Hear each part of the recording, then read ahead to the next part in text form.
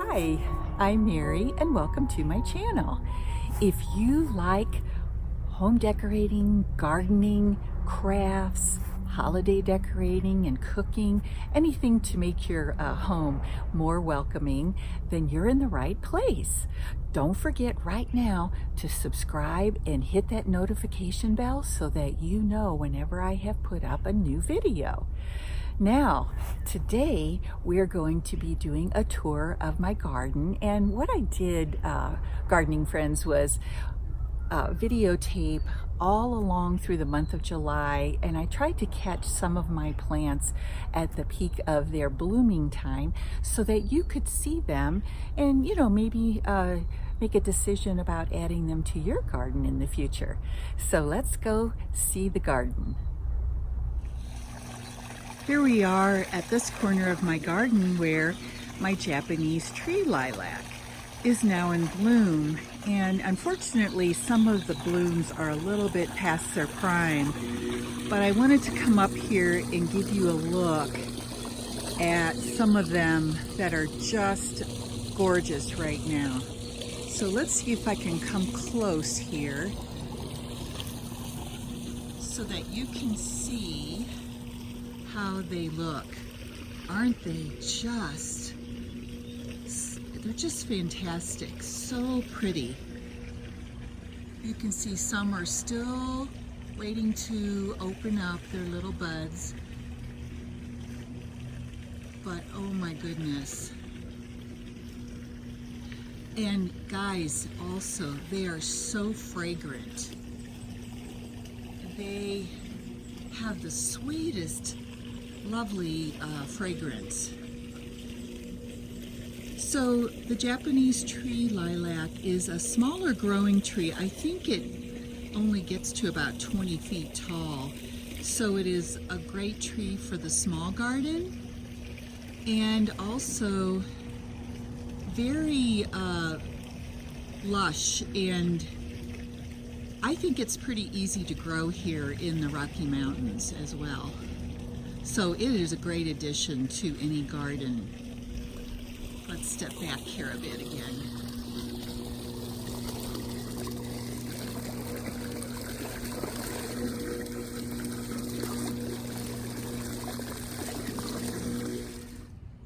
Now over here by my raised bed, I have my Missouri Primrose is blooming. Look at the large yellow blossoms. They are so spectacular when they are in bloom. Oh my goodness, I just love that. And right here by my trellis are my tiny little morning glories, still struggling to grow tall enough to reach the trellis. It is another cool day and things just are growing quite slowly, many of my plants. Here you can see my Shasta Daisies are just getting ready to bloom, and I'll show them when they are all in their glory. And in this container is where I have planted my peppermint, because if you garden long, you probably know that peppermint can be, or any kind of mint actually, can be quite invasive in the garden. So I always plant those types of plants in a container.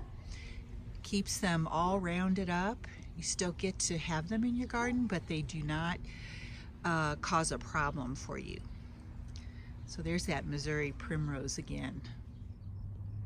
Yesterday, we had a pretty bad hailstorm. I actually had some piles of hail that looked like snow in my yard, but I didn't want you to miss this Jacob's ladder that I showed in my last video, and I wanted to come up here. I don't think the flowers were completely destroyed by the hail because I'm under my autumn purple ash tree, but I wanted to show you the blooms.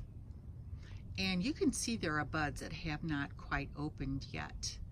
But isn't that a beautiful purple bloom for the summer in a shade garden? So Jacob's ladder is definitely a plant I would recommend to everyone. This is my bronze fennel, and look what I have. I have a little visitor. This is the caterpillar for the black swallow-tailed butterfly, and they just love to munch away at fennel. So if I come up here, I have several of these little guests, and let's see if I can find this other one right here. Look at him. Isn't he just darling? I think they're so cute. And of course, I love the fact that I'm offering some food for a very pretty butterfly. I've actually seen some of them flying around in my garden for the past couple of days, so I don't see any others, only 2 right now, but I think we'll have more. Take a look at the bronze fennel, how it has this bronzy color to it. Isn't that pretty? Let me share with you this lime mound Spireas. It is a small bush, so it's great for small areas, and it gets these delightful pink blossoms here. So it's July and it is just blooming. You can see more buds ready to pop open. So it has this gorgeous lime colored foliage that I simply love. And then you get this extra benefit of these pretty blossoms. And here, my Veronica is just beginning to bloom. I hope to show you another picture of it when it has budded out completely, but isn't that so pretty? And you can imagine this purple with the pink lime mound blossoms. Very pretty. Here's another area of my garden that you have seen before. It's near my hammock, and you can see the Jupiter's beard is still blooming, and look, we have more of this lovely, oh my gosh, so pretty purple Veronica. And in the background, Nautia and lots of lamb's ears. I love the silver green foliage of my lamb's ears, but take a look at these pretty little blossoms that form on the stalks. They're kind of small, but they have that pretty purple color. Here we are walking over to my shed, and as we go over, the sun is quite bright. It's in the morning right now, and you can see some of my decorations on my shed and this new little arborvitae that I planted next to the step. But I especially wanted to show you over here that my Shasta daisies are coming into bloom. I always feel like daisies are a happy little flower, and so I have a patch of them right there, and then over here by my globe blue spruce, they are just beginning to come out. They are just darling. And I'm going to walk around and show you some other areas where they are growing. Sorry you can see my shadow in this frame, but I wanted to share with you these Shasta daisies. These are very low growing, this variety, and they have kind of unusual petals. I'm going to come up close here so that you can see. They're almost tubular shaped, very different. So I have 2 of these growing here in this area. They got a little bit beaten up last night. We had a very hard rain, although I'm not complaining because we sure did need it.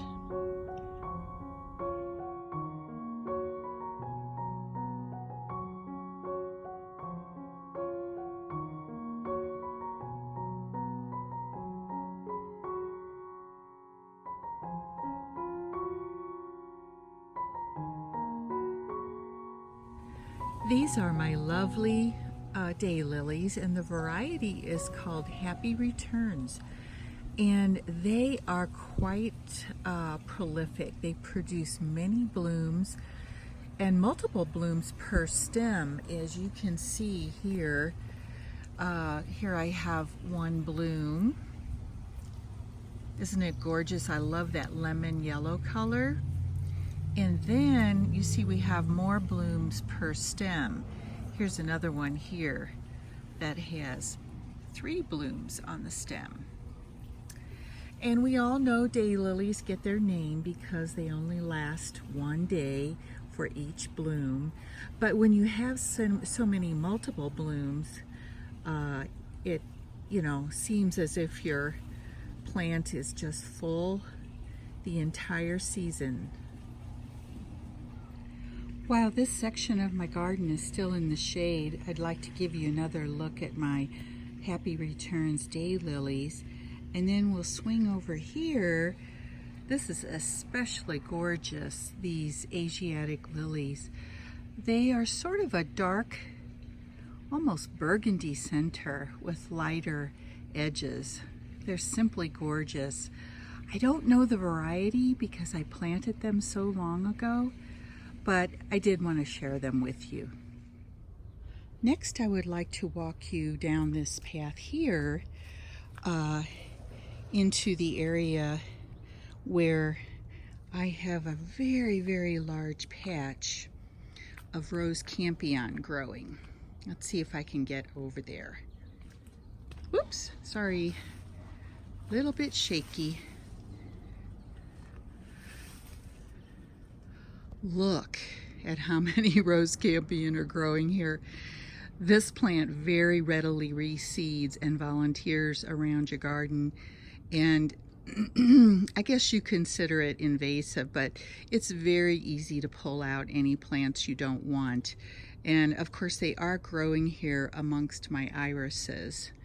And you can see I have a baptisia right there on the left growing, but no blooms as yet. I'm very happy with this rose Campion. I know it looks like a lot, but it has these bright fuchsia colored blooms and the grayish green foliage. It's very like a soft foliage, kind of like lamb's ears. So I enjoy it. I just think it's a beautiful flower, and I just let it reseed. Another section of my garden back here in the back corner by my shed, you can see my variegated Carl Forster featherweed grass with its really pretty inflorescences, a little bit pinkish looking. And then my Anthony Waterer Spirea is blooming, lots of buds on it as you can see. And then, oh my goodness, look at my gorgeous yarrow. I just love this. The sunny yellow of this yarrow. And it is a very long-lasting variety. Isn't it so pretty?